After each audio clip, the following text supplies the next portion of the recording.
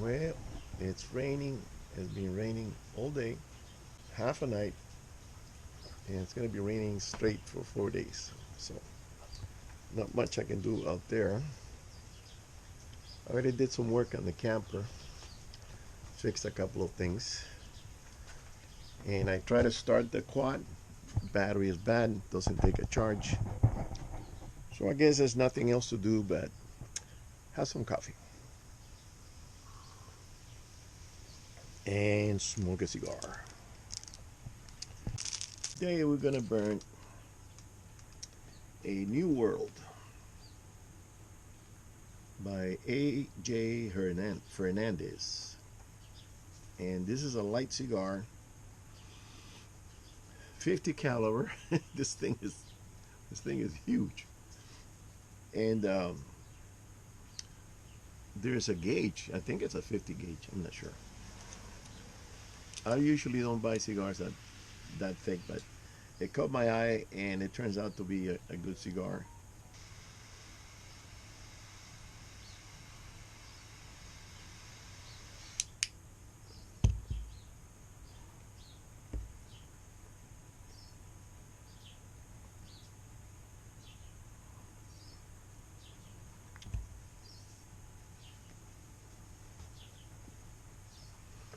Exactly for a mild cigar, it's got very good flavor.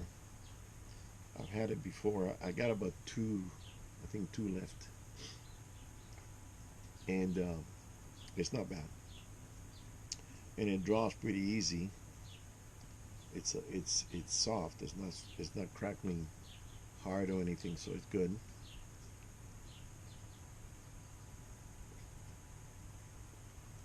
So went to Porto's. Porto's is a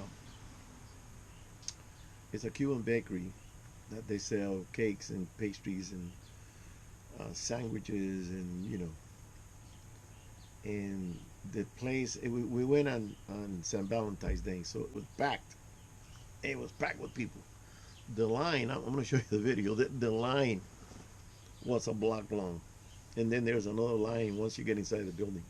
There's another line in there, and then there's another line for the coffee, and there's another line for the food, a line for the cake.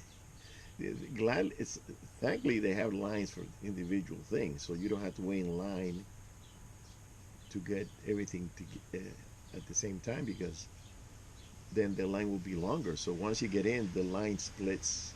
People go here, people go there. So you move on quicker. You get to the counter quicker. And this guy I've known since he was 20 or 19. His family were baking cakes in Cuba in the kitchen. They didn't have a store, and they were making a pretty good living for birthdays and weddings and things. They're making pretty good cakes, and then they got over here and they started from scratch, because you I think you know already that once you leave the island, you lose all your properties if you had any, and you can't take the money out, and then you got to start when you get here. You got to start from scratch. The government gave us $100, and they say, "Good luck, welcome to America, good luck," and then you got to go and start again. And the people that have a know-how, like my dad, he was a contractor. You start again by being a contractor laborer, because you don't have a license or anything, and then you take your classes and you study, and you get your license. Then you open up your little company and you get bigger, bigger, bigger. And a lot of people have done things like that. Mechanics, they open up their shop. I know a few guys that did that. I went to a dinner the other day for Valentine's Day, and I met this guy that his father was. He had a store, a little grocery store. He started that again here.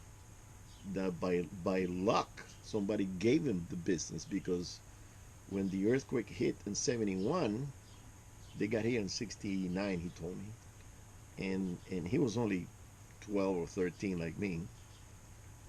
I got here in '68, and then, anyways, he was working with somebody, and they already had a couple of robberies. And then the earthquake hit in '71, and the wife said, "I want to get out of California. I don't like it here."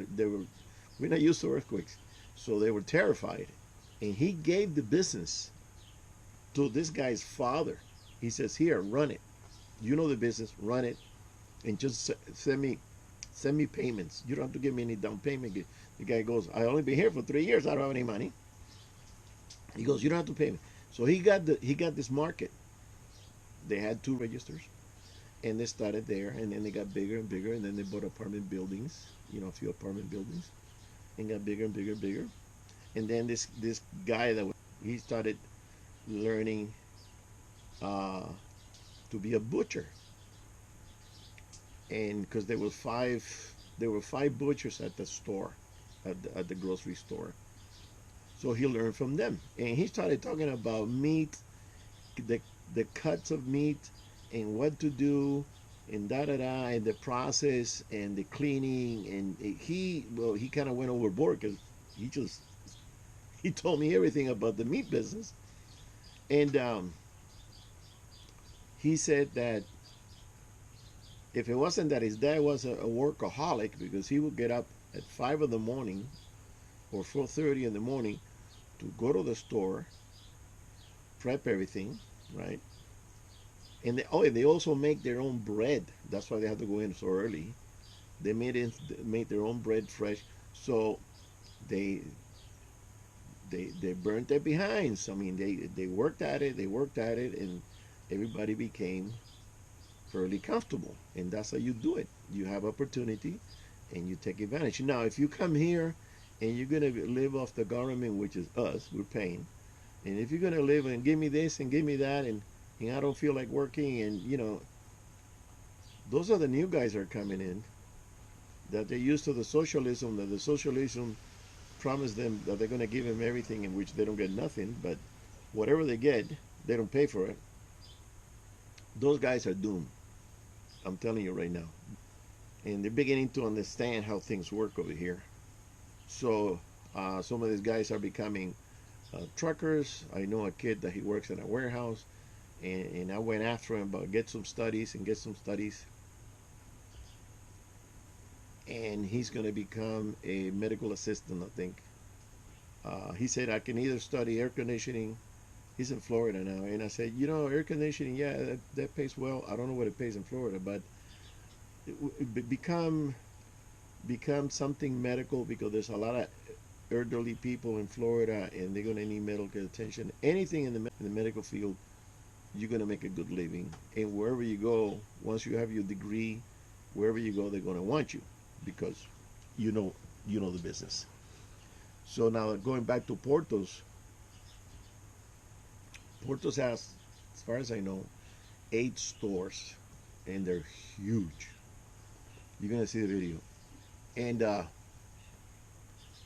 I know the architect. The architect did a really nice. You walk in, it's like high ceilings, uh, wood beams. They're huge. They're hollow. They're not really that size for real, but they're wrapped in beautiful architectural inside. And he's making buku bucks, this guy. And now I hear that he's opening up a store in Disneyland, because Disneyland made him an offer. They have a store in Downey, and the way it happened in Downey, that the I guess the mayor, or the business department, I don't know what you call it, in Downey, they heard about Portos. They probably went to check them out, and they have different stores in Burbank and Glendale, up and down. And they say, "Hey, we need this guy in our town." So they made him an offer, and they gave him a loan for $740,000 to get him started, because that building had to cost more than a couple of million. And he opened up the business, got it done. He's got triple level parking in the rear. People park on the street, and he paid off the loan in 9 months. He said to the city, "Here, we're done," and that store is running. And for the next 4 years, I would talk to people that live in Downey. He says, for 4 years I couldn't get in because the line was wrapping around the store, and the people were going by. Let me see something. Hang on.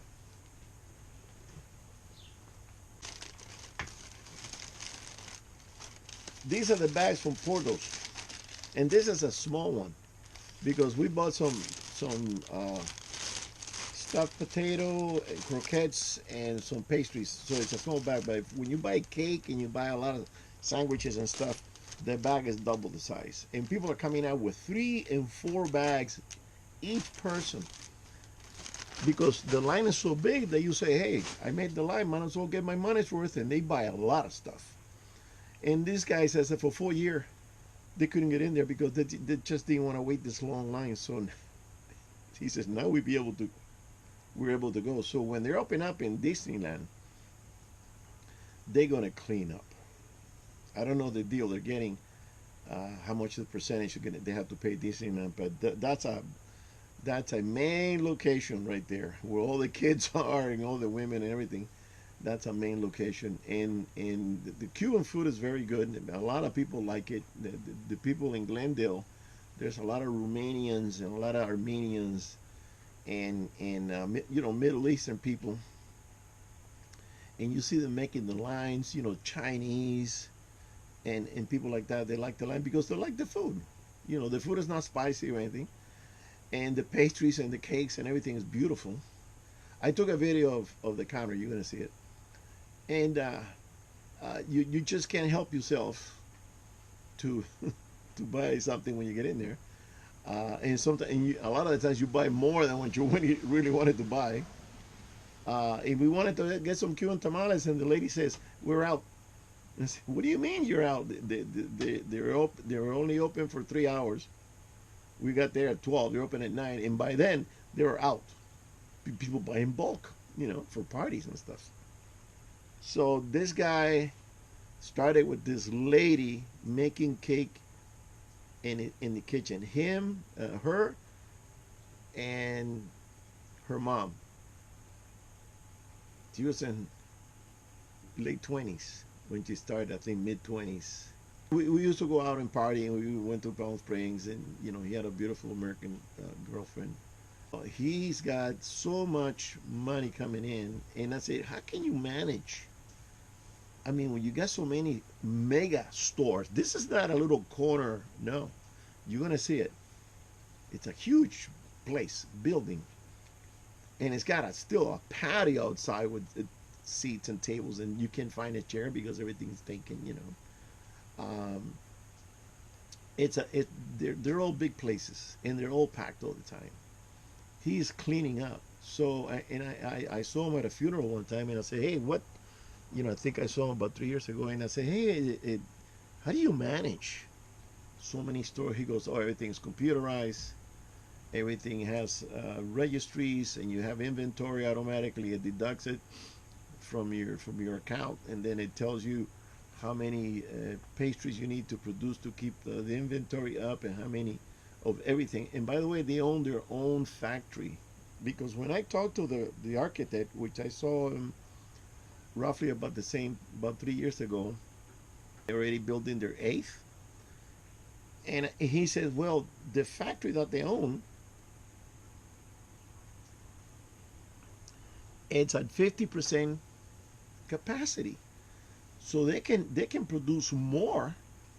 They have to produce more stores so they'll be able to be 100% and fill all the what's needed for at 50%. They're not making enough stuff. Can you imagine? They need to have more production. So for that to happen, they need to build more stores, because they don't sell to anybody on the side or anything. It's for their stores, and their food is great. Their food is great. The breads, the crackers. Oh, I asked for 2 loaves of Cuban bread. We're out. We're gone. What about the French loaf out? And she says, we got baguette. And I looked at the basket and they were like five. And I said, let me have two, before, because the counter's like, I think it's 40 feet long. So the counter was full of people asking for stuff. So when there's only 5 or 6 loaves in the basket, you better grab them. Grab them now. Don't think about it twice. And that was gone at the party too.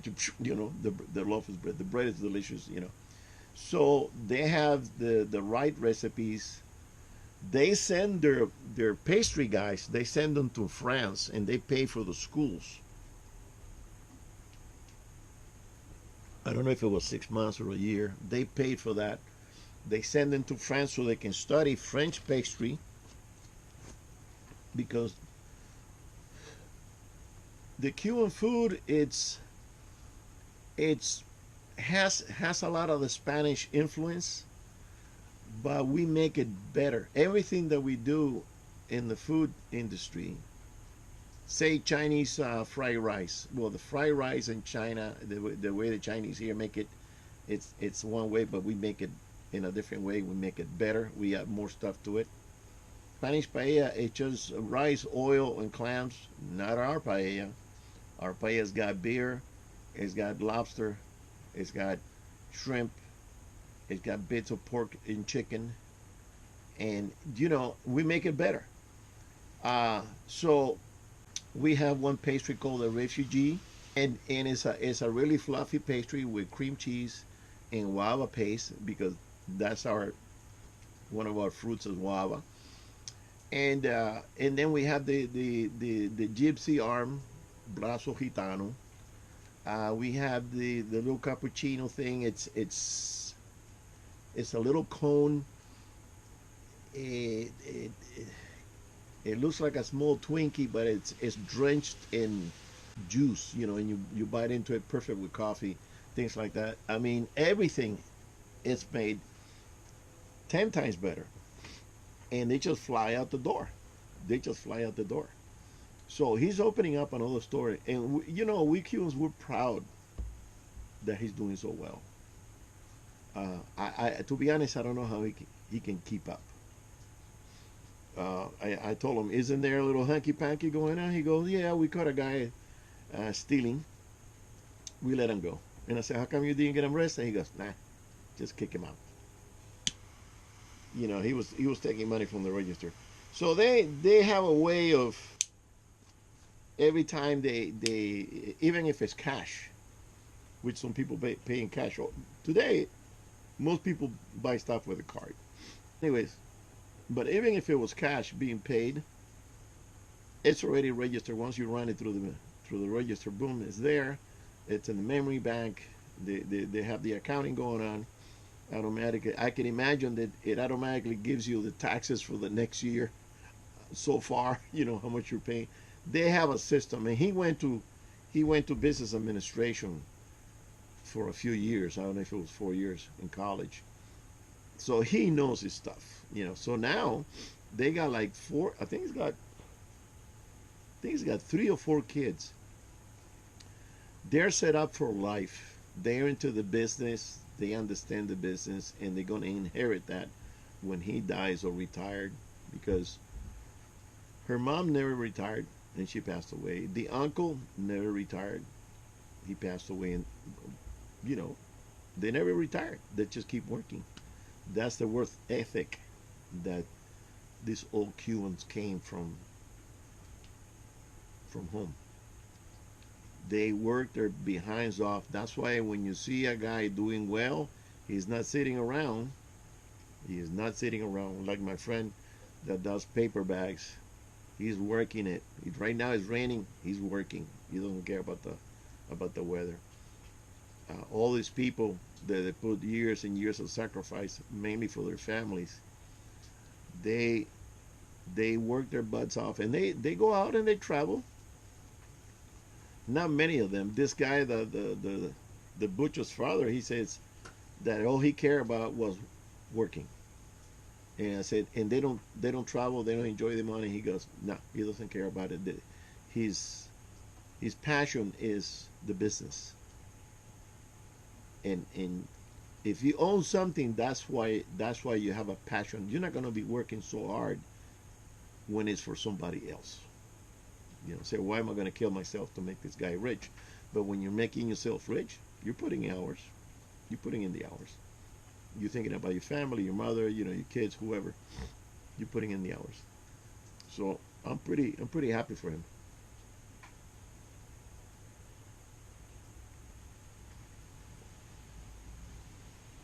But I still can't.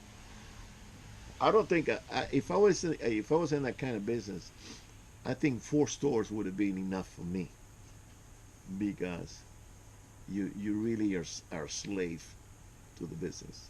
If it's not managed well, if it's not run efficiently, But I like to take off. That's why I like what I did. Do my plans, and then I had a little gap in between. I would take off, go to Montana, go to Wyoming, do some hunting, whatever, go fishing, go to Florida, go fishing in Florida, things like that. Go see family. It's good to make money, but it's not good to just think about money. Some people, my dad, I mean, this guy, he one time he spent 10 years, and I said, when are you going to get a vacation? It's been 10 years. Just take a break. No, I gotta, because he would work Monday to Saturday, and then Sunday, he didn't take a day off. The Sunday is the day to go and visit customers or clients. And then, of course, talk about the good old days and talk about the country and the old country and da. So to him was more like a social event than to have another. But that's the way he got the contracts. You meet people, and you talk, you sit down and talk to them, and you have dinner or whatever, or you meet somewhere, and then you sign the contract. That's the way business in some places is done.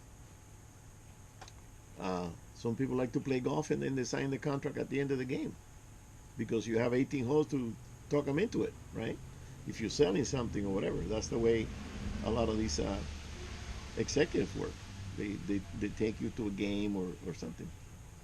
So this guy, he's doing it by himself pretty much. I mean, most of the parents are gone, the relatives are gone. So he's got some professional people running it, and he's got a bunch of girls on the counters, and everybody's making money.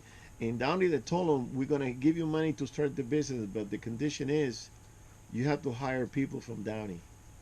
And he said, no problem. And then the good thing about that is that you live close to work. Your home is close by, and you're never going to be late. There's no excuse that, unless, if you're coming from across town, you're going to be late for this or that. And no, you live in the same town, you go to work, boom, right there. So he said, yeah.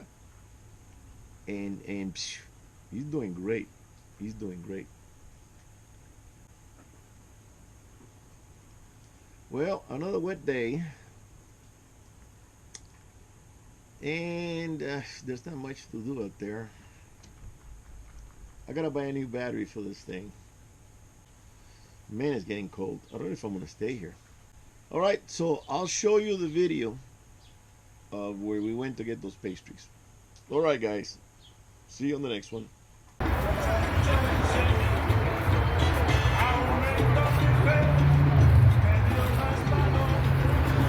Okay, this goes to show you how popular Cuban food is. That this line here is to go to this bakery. It's called Porto's. It looks like there how many people. It's gotta be over 100 people in line. And there's another line inside the place for cake and sandwiches and pastries and you name it.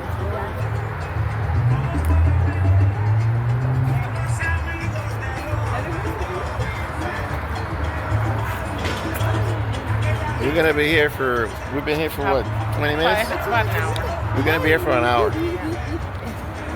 That's how popular. Today is Valentine's Day, so there's a lot of people buying cakes and food and stuff. So there's another line in there for the food, and there's another line over there for cakes. That's how good Cuban food is. That's right.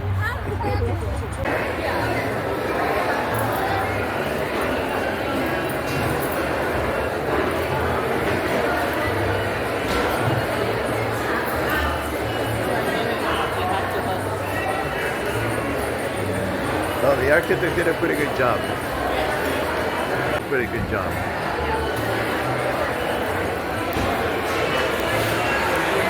The architect that did this place and the other 8 places, he's a friend of mine. And now I hear that Portos is putting another bakery inside Disneyland. So Disneyland is going to have Cuban food, Cuban pastries, cakes, everything. 8 stores throughout Southern California. That should be enough, I think.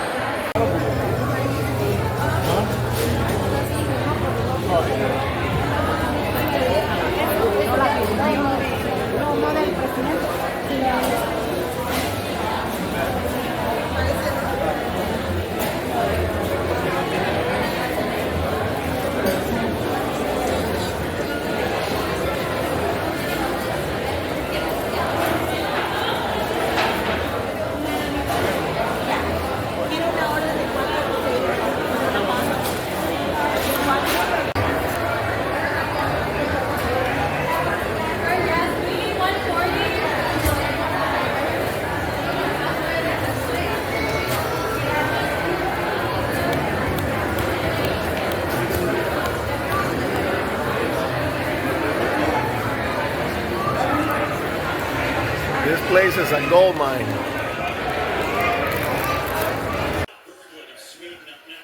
Okay, so we're watching the Olympics in Italy, and I'm fixing myself a prepared Cuban sandwich, which is a Cuban sandwich with a croquette. Actually, we do this on a similar sandwich that is called the Midnight. It's a smaller sandwich, and we put a croquette inside, and that's called a prepared Midnight, which is very good. So it's a little hot. I'm waiting. Another paper. All right, guys. See you on the next one.